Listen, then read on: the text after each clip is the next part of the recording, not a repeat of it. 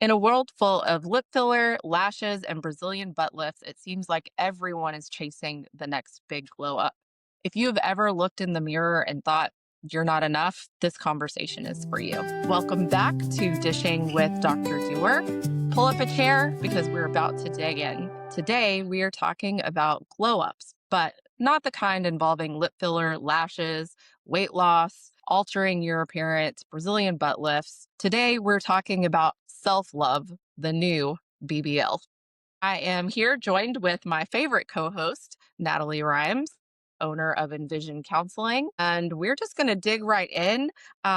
This topic kind of came up. I believe you had sent me a video, kind of like, how did we get here? And it was this young lady who, by all accounts was a beautiful young woman, had apparently gotten some surgical enhancements for a Brazilian butt lift, but Clearly. to the extent that it was unnatural and not attractive. And it kind of sparked this conversation of how did we get here? And what is going on with not just women? I think it affects men too, although not to that extent. But how did we get to the point of being willing to make such huge commitments to altering our appearance, and for what purpose? So welcome, Natalie. Thank you again for joining me. I love having these conversations because it really, I think, gives us an opportunity to speak to a broader audience about some really relevant topics. I think this is a really relevant issue right now. Yes. Thank you for having me. I really, really want to make it clear that I do not consider myself an expert by any means in self love. I think it's a journey or self esteem journey that we're Absolutely. all on and a lifelong journey, really. I do think I've come a long way from where I was when I was younger. And I think I really just want to acknowledge the pressure that society places specifically on women as far as what we should look like, what we should weigh, what our body shape should be, and judging our value based on our appearance. So I know that that's a struggle. Also, want to say I don't want anyone to think that we are telling you what to do or what not to do with your body. That's your decision, whether to have surgical enhancements or wear lashes or whatever it is the thing you want to do or don't want to do. It's totally your decision, and we support that.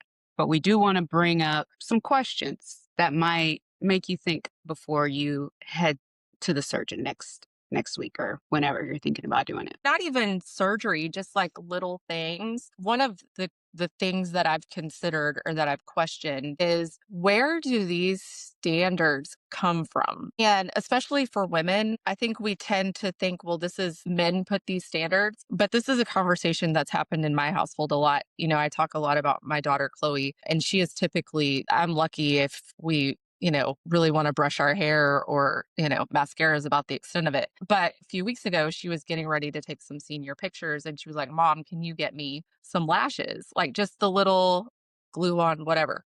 And my husband was like, that is ridiculous. No man ever is like, you know what would make that better? Which that's his opinion. And I'm sure there's some guys out there that think that they're attractive or whatever, but I really don't, No, for the most part. I really don't think that was a standard set by men. No, I think that some woman came up with it and then other women started doing it and then it became a just thing, like, yeah. a trend. And then, like most trends, they get bigger and bigger and bigger to the point where you can't see, or I don't know. But I do think that is one thing to ask ourselves, or something that I started asking myself is, where is this coming from that I feel the need to do these things? Now, I will clarify, just like Natalie said, number one, I'm nowhere near the end of the journey. Like, I am just great with myself. Let's be honest. I've had two kids. That tummy is never going to look the same.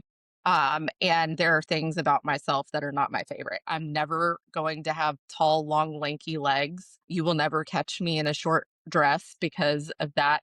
So there are things that I am insecure about. And absolutely, um, I feel better at a certain, like, point. Like, I think as anyone would, like, I feel better floating around like 150, 160 versus 250 for my height. Mm. I get to a certain point where I just don't feel good, right? So, like, there's that piece of it. Um, but I did start questioning at one point, where is this coming from? And why am I feeling the need to um, kind of do some more extreme things? So I think before we really go down that road, because I think both you and I have some wisdom to share there, hopefully, I think it's important first to clarify what we're talking about when we say self love. And I think my most important distinction is self love does not equal self obsession. And I think in society today, we get that confused. Like sometimes when you hear self love, it's like, well, self-care and it all becomes about myself. And I think it's important, at least for me, to make the distinction when I'm talking about self-love, I'm not talking about being obsessed with my appearance or any of those things. It's more my acceptance of myself, knowing who I am, which is a big thing. That's a big piece of the journey. I think a lot of people don't even realize they haven't been on. Yes, agreed. So, I know when we were discussing this beforehand, one of the scenes that pops into my mind is that movie Runaway Bride with Julia Roberts. It's older, but she's been engaged like 6 different times. And the reporter that's covering the story is like, he calls her out and he's like, "Did every time, every person you were with, you liked your eggs a different way? Do you even know how you like your eggs?" And she gets into a whole argument with him. And of course I do and whatever. But then there's a scene where She she's didn't. sitting there eating like 6 different types of eggs because whoever she was with, she just conformed to that. She didn't even know her own likes or dislikes because she had never taken the time to really know herself. And so when I'm talking about self love, what I'm referring to is really knowing who you are, or at least being willing to explore or own certain things. And then also accepting that that's fine. That Mhm. if I like my eggs over easy and you like yours over hard, that's fine. Yeah. And then I think too, it's figuring out that balance because we all, as women, I'm going to just talk about women today. It's Yeah. Women's History Month, isn't Yeah. it? Okay. So as women, most of us do things to enhance our appearance, right? We wear makeup. I get my hair done and colored, we get our nails done, whatever the things are. And then some of us wear lashes, some of us don't. But the question, I guess, is when do you know you're going too far? And then how do you figure that out? That's a really good question. Well, for one, that's going to be different for everybody. If we're going back to our counseling roots, when it starts to affect your functioning, right? Yeah. Um, so if you are missing out on important things, or if you're going into severe debt, or maybe if your loved ones are like, stop doing that, or they're concerned because you're going into debt, or you're spending an extraordinary amount of time. For myself, I'm actually pretty simple. Although I do get my nails done. That's relatively new, but then once you get them on, it's really hard to take them off because then you have to deal with regrowing and all of that stuff, and they're so pretty. So there's that. I don't really have a whole lot of maintenance. We were just talking about spring break earlier, so Carson was home. My son hates for me to wear any makeup, and he's like, "Why do you do that? You're beautiful without it." And I mean, 100% means it. You've met Carson; he doesn't say things that aren't honest. And like, well, I love glitter and I love eye sparkles. Back to me asking myself, okay, if the people that I love the most think that I'm fantastic the way I am, then what need am I trying to fill, or what kind of attention am I trying to get? I work out because I want to be in shape. My nails are pretty and they make me happy. And I do think that there's certain situations where I want to feel confident, right? So Mhm. that's another thing. If I'm going into a big meeting or something, I'll typically wear what I call power heels. They make me taller. I feel better about myself. So, I mean, I think there is a certain amount of that we do for ourselves. Goes Um, back to that knowing who you are yeah, and figuring that out as an essential part of self love because you don't know unless you figure out what you want, what you like. Are you doing it for you? Or are you doing it right. for other people? Yeah. No, that's a really important thing to take the time to really think about what am I getting out of this or what am I looking to get out of this? And I really think it's important to consider what hole am I trying to fill? Because I do think that a lot of times when we are looking for that external validation, because that's typically if I'm putting on lashes and doing my hair and putting on a cute outfit and trying to lose weight and all of those things, usually I'm trying to get validation from somewhere outside that I look nice or that I'm attractive or I'm valuable in some way. And so at least for myself, I have to stop and think, okay, what is missing that I'm trying to fill with that? Because I'm not missing that from my close inner circle. So is that coming from insecurity in my job? Is that coming from I'm not being fulfilled somewhere else? I don't know. Hmm. What are your Well, I thoughts? was thinking about my own personal journey and struggle, and mine was always with weight. And from the time I was very young, I struggled with weight. And I can remember my first effort to lose weight it was for someone else. It was for my mom. She Hmm. was the one that told me, you need to lose weight. But then after that, I can remember going to my dad's side of the family in East Texas in the country. Let's say I was like 8 or 9 years old, and it never failed every time. As soon as I walked in the door, like, it seemed like everybody would just comment on my weight. "Girl, you haven't lost any weight yet? Oh my gosh, how much do you weigh now?" Everything was about my weight. Yeah, that was just the culture of our family. That was what you were allowed to comment on other people's size. And so by the time I got to be about 12, 13, I was prepared. I was like, okay, I know what's going to happen when I walk in the store because I haven't lost any weight. And as soon as I walked in the door, before they could say anything, I said, well, I haven't lost any weight yet, but I'm still pretty. And they didn't say a word. It was like crickets. Like, okay, well, yeah, I guess, yeah. Right? So, but for me, I think that it was all about fitting in. I didn't want to stand out. I was standing out because I was overweight and I just wanted people to leave me alone. So that was where my, I guess, obsession with losing weight started. And then, funny story too, those same family members, after I finally got to college and I figured out how to get the weight off, interestingly, because I started eating what I realized was healthy and would help me lose Right. weight versus the food that my family was cooking, which was fried chicken and fried everything and, and all that. So in college, I got down to probably I don't know, 60, let's say. I felt good about myself, right? And I go back to see the family in East Texas, and I walk in the door and I'm like, oh, they're going to just applaud me, my weight loss. And what did they say to me? Girl, don't lose any more. What are you doing? Oh Don't my lose any gosh. more weight. Oh, no, you're getting too skinny, girl. So then I realized, one, you're never going to make everybody happy. And two, these same people who talked about me for being fat are eating all of these foods that caused me to be fat in the first place. Right. So now I think I'm just going to decide for myself what looks good. But that's how I came to that place was just and it started with my own family. Yeah. I think that's true for a lot of people. And many times it's unintentional and it's just like a little comment here or there. I was unfortunate really for my mom because her mom definitely that was back in like the 50s, 60s and she was a twirler in the band. And so my grandmother was like you're not going to be wearing those outfits and be chubby.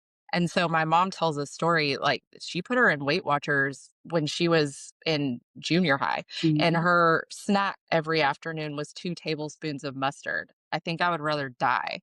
And Wow. so I was very fortunate that my mom never placed those expectations on me, but then they came from other places. You know, you would be in school and the other girls would be super tiny. I was on prednisone for like 10 years, so I had like moon face and other stuff going on, and, it was similar.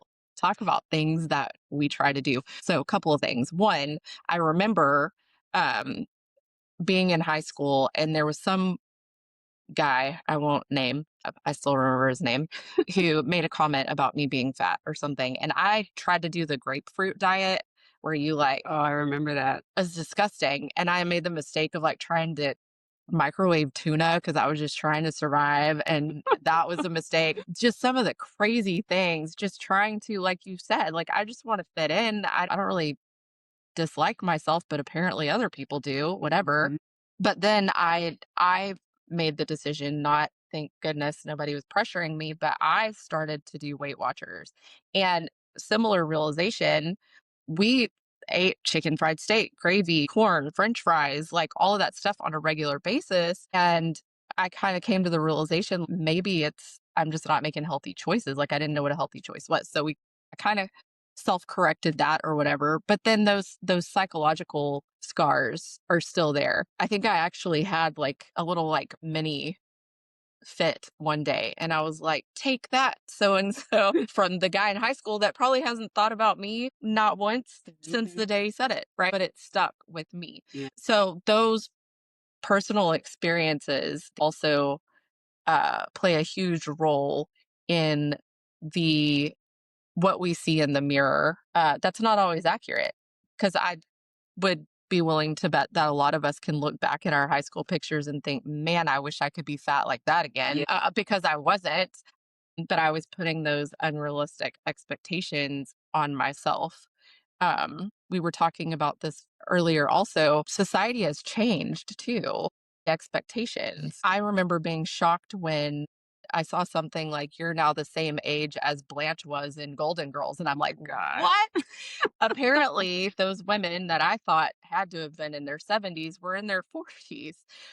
Back in the day, the expectation was when you were in your 40s, like you could have a short hair and wear baggy clothes, and it wasn't a big deal. And now, we have J-Lo who's 50, who still has a personal trainer and probably a surgeon and a self tanner and all the things. And so we're looking like I am supposed to look like this Mhm. still, minus the budget and the wardrobe and all of the things that she has. You combine those personal experiences when you're younger with these just really kind of outrageous expectations set by Hollywood, and then it trickles down to your next door neighbor, I feel like. Yeah. Which that goes back to, and I know we end up here in every single episode, I think, but social media and that constant comparison. Before that, I would have never known what my friends in high school still look like now, or, what people are wearing or eating or do. Like there just wasn't that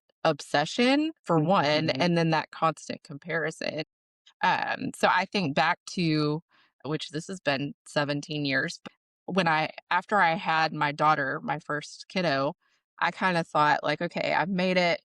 I can just let it go, right? Like I have a kid, fixing to be in my 30s, like you can just be frumpy, it's fine. And then I'm looking around and none of my friends were getting frumpy and wearing sweatpants. And I was like, guys, I thought we were done here. But then I kind of realized it wasn't so much just my appearance that I was settling kind of, and I realized that I was settling in my career, and I had kind of just a lot of things I was not super happy with. And as we often do, I did a pendulum swing and I couldn't just make some tiny adjustments.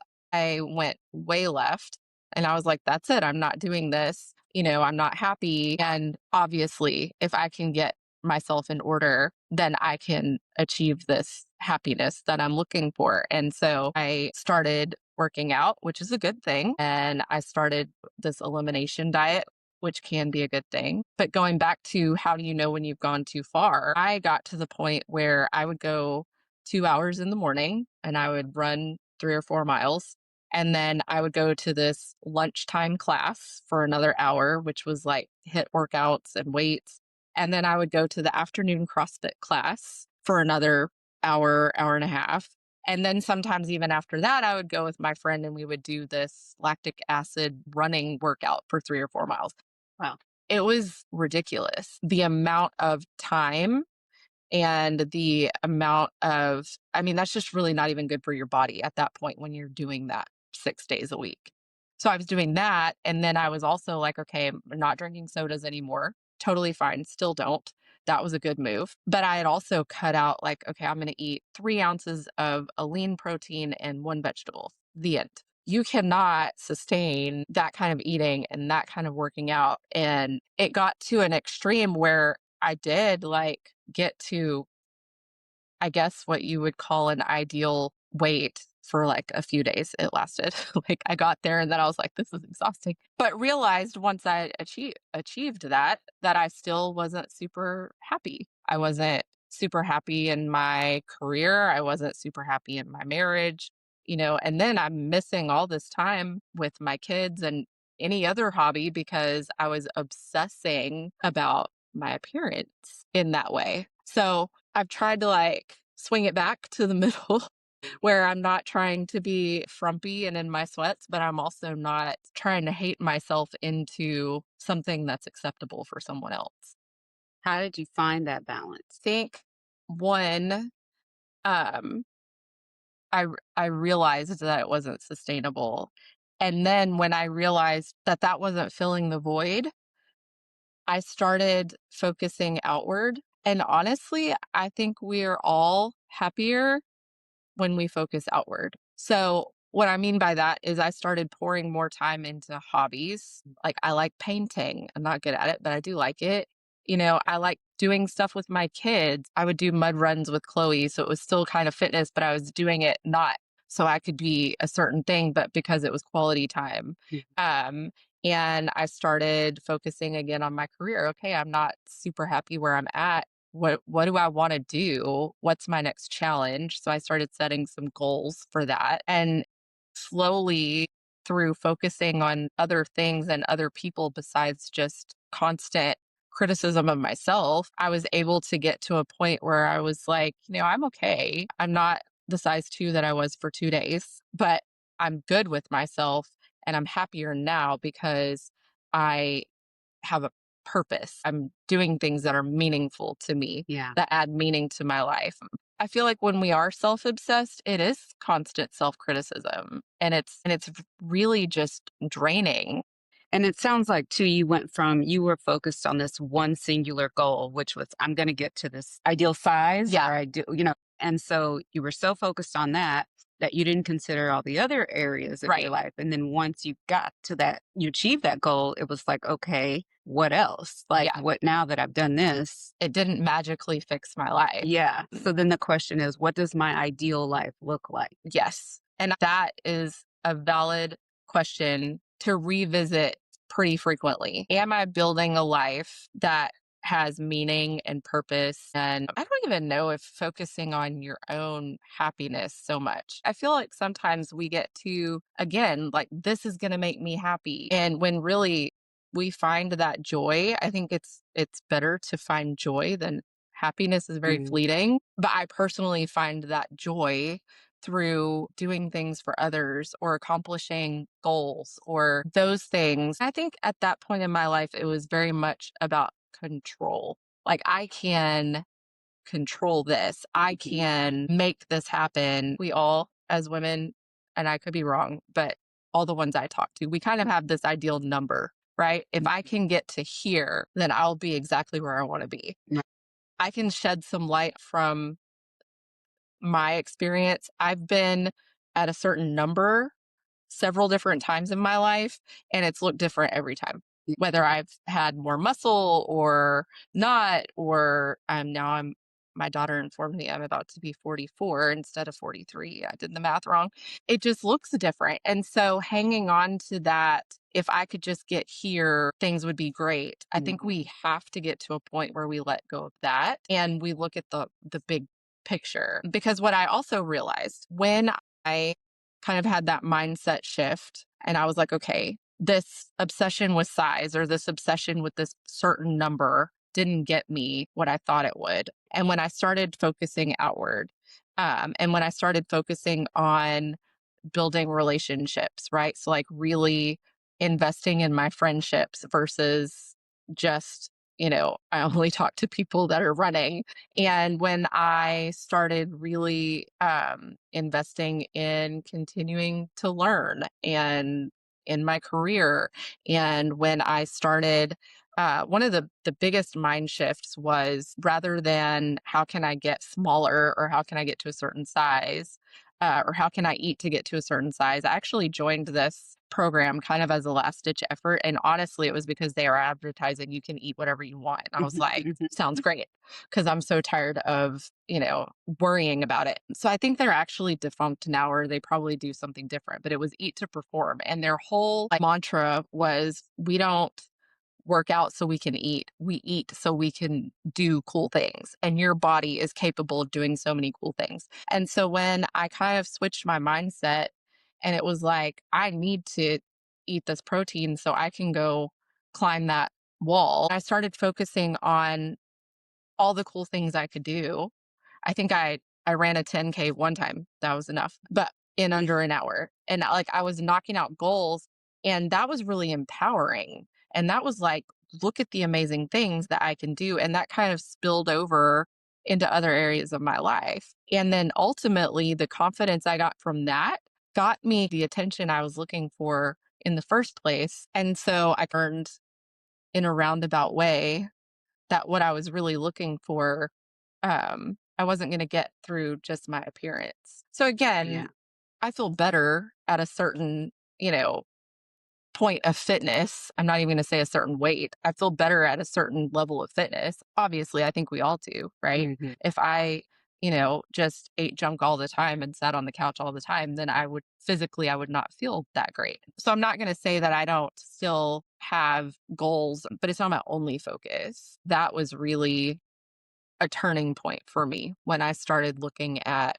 things outside of myself. I'm wondering about the culture of, let's say, the BBL culture, the lashes, the nails that are like this long and How do you even no, but I wonder, I mean, this is a thing, Yeah, for a lot of women. And so how do they not succumb to that pressure if it truly is pressure, if it's not something that they want for themselves? right. If they're feeling like I need to do this to fit in, then how do you get to that place where you can decide for yourself or you give yourself permission, to decide for yourself? So the question there again for me goes back to who am I surrounding myself with? Because if I am surrounding myself with,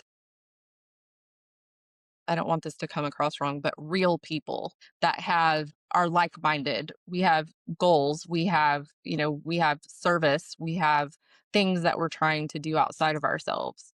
Um, then that's easier to say that's not worth the time or that's not worth the money or I don't need that.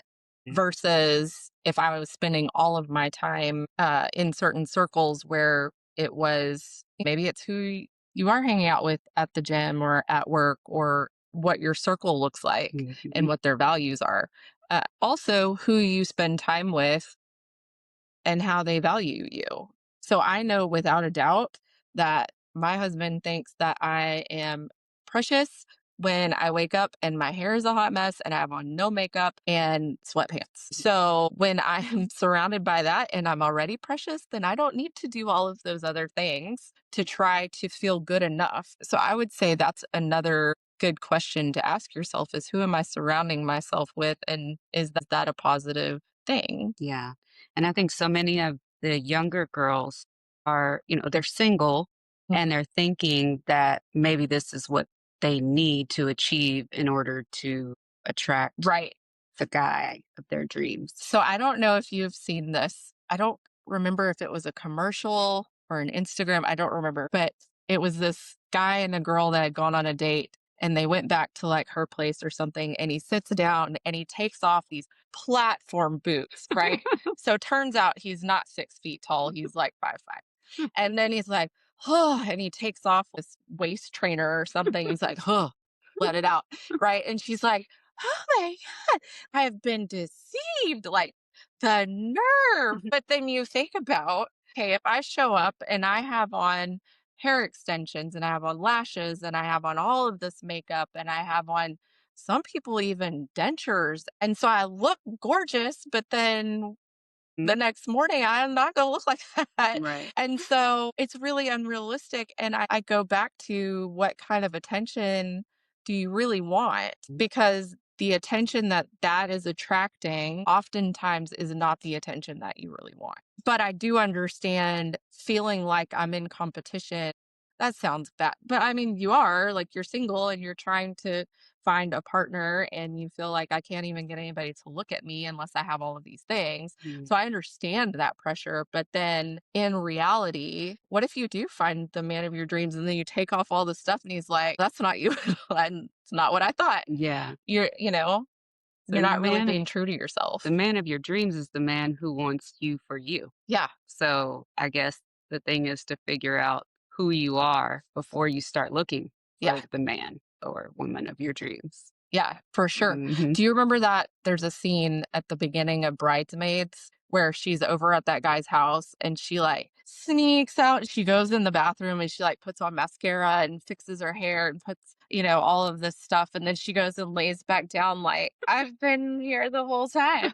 You know, like that's just not, it's just not real. And so when we feel like we have to appear a certain way, and again, to be completely hon like, I still wanna look cute. Sometimes I still wanna put on a cute outfit and fix my hair and whatever.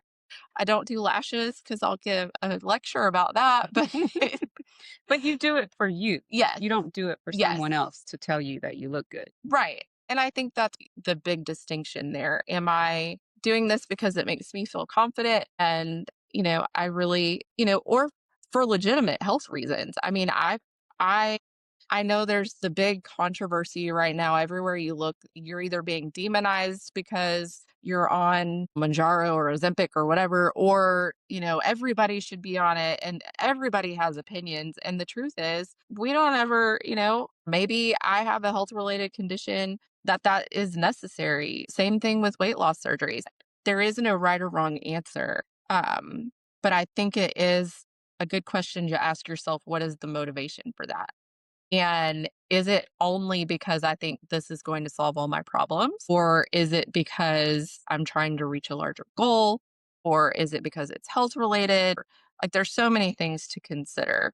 But going back to really knowing yourself and what's important to you and looking outside of just appearance. I think it's an empty goal if that's all it is. Mhm.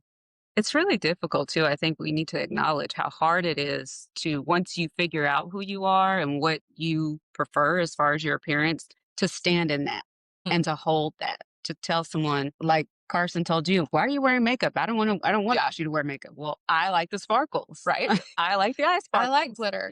Like I've had this conversation about my hair. I can remember when I first cut my hair short, my daughter was younger, and she genuinely innocently asked me this question, "Mom, how do you get people to still like you with your hair cut short?"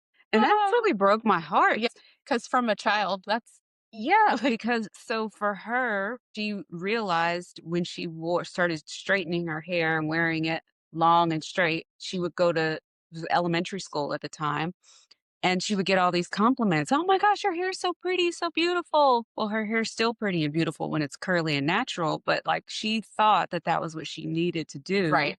to get people to like her or love Mhm. her. And so I think I just said, "Well, baby, it's just hair. It grows back, Yeah, like you can cut it short and then grow it back out again." But yeah. then I remember too, I was dating a guy at one point and he asked me, because I went to get my hair refreshed, the color. And he said, "Why don't you go silver? Why don't you do this and do it?" Because I don't want to, Right. because I like red. 'Cause You know it's what my I hair. mean? Yeah. So having the courage, I guess, to stand in, and once you figure out what it is you like, having the courage to stand in it and say, "No, this I'm gonna do this." Yeah, Even if it's not what other people think you should be doing. yeah. That's a hard thing to do. No, I was just about to say that true self-love is really an act of bravery because you are saying, "This is who I am, and I like who I am."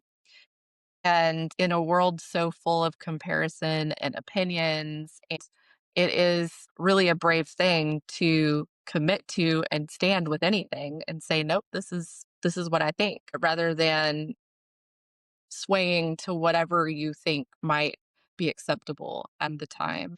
And that's probably what makes it so hard because you do have to be very brave to say, this is how I like myself. I have a lot of gray hair, but I like my gray hair. Like I legitimately do. I'm Mhm. not going to color it. It costs a lot of money to do that. And I don't have time to sit there and it looks good the way it is. But honestly, being prepared to defend why you are the way that you Yeah. are. I think we Uh, all come to that at some point in our yeah, lives. So for me, I have my mean family to thank, for being at such a young age, exposing me to that, why don't you lose weight? And then at some point I just said, I haven't, but I'm still cute. like I'm fine. Yeah. Yeah. Everybody has to come to that moment where you decide what brings you joy as Yeah. far as the way you look, how What you much you do, weigh, what you do, your all of contribution those to things. society, all of those things. Yeah. Well, another thing that I find interesting, there is a book that is on my to read list, The Comfort Crisis. Michael Easter wrote about how our lives have become so incredibly convenient that now we have all of this extra time to even think about what our hair looks like or Mm, which clothes we're going to wear or whether or not we're too big or too small or any of those things. And he talks about his experience. He flew to Antarctica. And on the way there, he was complaining about the seats too small and cramped and it's hot in here and all the things we complain of. There's some kid cry, like all the things we complain about a flight. And then he said after about a month of being in Antarctica where it was freezing, where he had to walk a mile in the frozen tundra to get water to boil, to even have water to drink if he was thirsty, like those kinds of things. And then he contrasts that with his flight back and how grateful he was for a cushion and for warmth. And so, another thing that is drastically different for us is even the ability to consider these things. 60, 70 years ago, you would have been out on the farm in the God knows what clothes trying to get food for the day, and you really wouldn't have cared what your hair looked like. I doubt, because we didn't have time for that. And so, So recognizing this is a problem of privilege, because yes, there are some people who still don't have the luxury of yes. deciding to get a BBL It or Yes. you Even in our own, like, I'm not even talking about third world countries, like, even right here in our own backyard, I know people who are working 3 jobs, and they're trying to get their kids shoes, and Mhm. they're in no way thinking about lip filler because Right. they don't have the luxury of that. And so I think that is also something to consider when you start getting frustrated or overly concerned about appearance is this is really a luxury to even have that concern. We were talking earlier about the Academy Awards, and as soon as right, that was what was on. Natalie asked me if I watched the Academy Awards, and I immediately said I've lost all patience for those people. And what I mean by that, I'm not even talking about political views or any of that, just the pretentiousness of showing up in this all of these ridiculously expensive clothes with the hair and all of the things. And I'm like, there are bigger things happening right now. And I think that's also a good perspective to take at times. Maybe I should take a breath and consider the fact that I am really very blessed regardless of what clothes I'm able to afford or what surgeries I do or don't have, or hair extensions I do or don't have, because that really is a luxury problem to have when you look at the big picture. We were talking about the show. I don't know if you remember, it's been probably at least 10 years ago, the Extreme Makeover, where they would have these women come on and basically just dissect. And we're going to fix your nose and we're going to fix your cheekbones and we're going to do a tummy tuck here and a lift here. And I mean, was it the Swan? Is that what it was called? Yes, I remember that. Yes. Hmm. And I mean, so there's things like that that have been going on for years that give you this idea that you're really just not okay if you haven't had a total makeover, like a total overhaul of really what God gave you. So I don't know. I had another fairly hilarious kind of experience with my hair. I apologized. I said, I'm sorry. Jesus, you did a way better job than I could ever do. And I quit messing with it. But I had tried to get my gray to look more on purpose and it turned blue and then it turned green. And the more I tried to fix it, you were there because I went to one of your hairdressers and then it was like really trashy blonde. And anyway, it was so awful. And eventually I was like, I give up. I'm just gonna be natural the way it is because this is not working out. And so for myself too, that's another like, what am I trying to improve upon? If you go from a religious perspective or a faith perspective, the Bible says that your body is a temple. So, yes, you should absolutely take care of it. But nowhere in there did it say that you should tear it down and completely rebuild it with different materials. So, for myself, I try to keep those things in perspective too. Like, I want to take care of my body. I want to be healthy. I want to, like any woman does, I want to look nice and feel confident. But I also want to keep in perspective what's reasonable and what's worthwhile and then what might be getting in the way of me living a meaningful life. Yes. It's a difficult balance to find. Yeah, for sure. And I'm still not there. I missed the gym this morning because we got home really late last night and like all morning I felt like I should have gone to the gym. I should have got up. I didn't do these things. I didn't get my steps in, and then where is that really coming from? If I weigh an extra pound tomorrow, is it going to be the end of the world? Or it's a constant. I think it's a constant, possibly just because of the environment that we live in, but to try to keep that balance between me and everything else. So asking ourselves, whose standard are we trying to live up to? Yeah. And then where does our confidence really come from? And appearance plays a little bit of a role there. But I think our true confidence comes from so many other things. And I challenge you to ask truly people who love you, your inner circle, what really they love about you or what really they appreciate about you. And I can 99% guarantee that it's not going to be the lashes or the nails that drew them to you in the first place. And so for me, that has been really, I think, helpful in maintaining that balance too, because I do have those affirmations from people that truly care about me daily. And so because I have that support for so many other things that they kind of validate what makes me important or what makes me valuable, that I don't feel like I continue to chase that unreasonable standard, if that makes sense. Yeah. I also think this is a really, really important thing to kind of figure out, especially if you're raising kids, because you were kind of talking about your first experience of wanting to lose weight was because of your mom, and mine was because of other kids. I distinctly remember, and I'm so grateful that I did kind of hit my fitness journey when I did, because it was around about the time that my daughter was probably 7 years old. And I remember one day in particular, she was like, "Mom, you got a big butt." And I was like, "Yeah, I did a lot of squats to earn that big butt." But I was really focused on being healthy and what I could do, and as a result, she is focused on like, she will still say things like, "I don't know, I think I'm gaining muscle." Like, "Did you see I could squat X amount of weight?" Or, "I did my sprints in this," or her focus has been that rather than, "Oh, I'm so fat," or, "Oh, I have to wear this size." I've been so grateful for that because I still have that in my mind, right?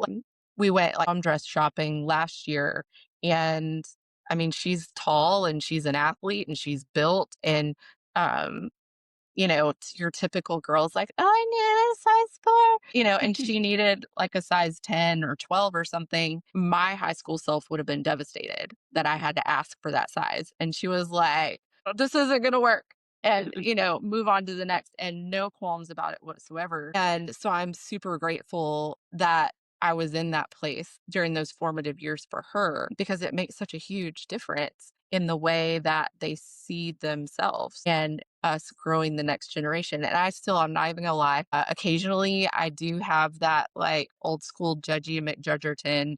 And I'll like see some little girl walking and I'm like, who told her she should wear that? Totally confident though, and happy and totally good with what they look like. And I'm grateful for that there is a generation of girls who I think still probably struggle with some of those things, but are much more confident, and hopefully because some of us have found that at a formative time for them to have that view of themselves rather than internalizing, "I need to be a certain weight. You can only wear these things if you look a certain way," that Mhm. kind of thing. Yeah. So I think that's something else that's just another reason to consider, where is this coming from? Why is this important to me? How is that coming across? Because the way we speak to ourselves ends up being the voice that they have for themselves too. Definitely. I really think name of the game is find yourself first. Figure out who you are, what you love, what's important to you, what kind of eggs you like outside of anyone else, and find the things that are meaningful to you to pour yourself into. And ultimately, that's the real glow up. And when you find those things, then you have that confidence and you're empowered to, you know, lashes or no lashes, whatever, you're good with yourself. And I think that's the ultimate goal. Mhm. That's the ultimate glow up is Absolutely. finding joy in your life and on most days being totally happy with who you are. Yep. Yeah. All You right. said it. You said it all. Well, thank you again for the conversation, Natalie. Like I said, it's such a relevant topic for so many people right now. And hopefully, some of these things were at least thought provoking or gave you some perspective. And appreciate you spending your time with us. If you feel like this would be helpful to anyone else, please like, share, subscribe, follow, whatever it is on the platform you're on, and share with a friend or share with a loved one if you think this would be helpful to them in any way. That's it for today with Dishing with Dr. Dewar, and we'll see you next time. Bye.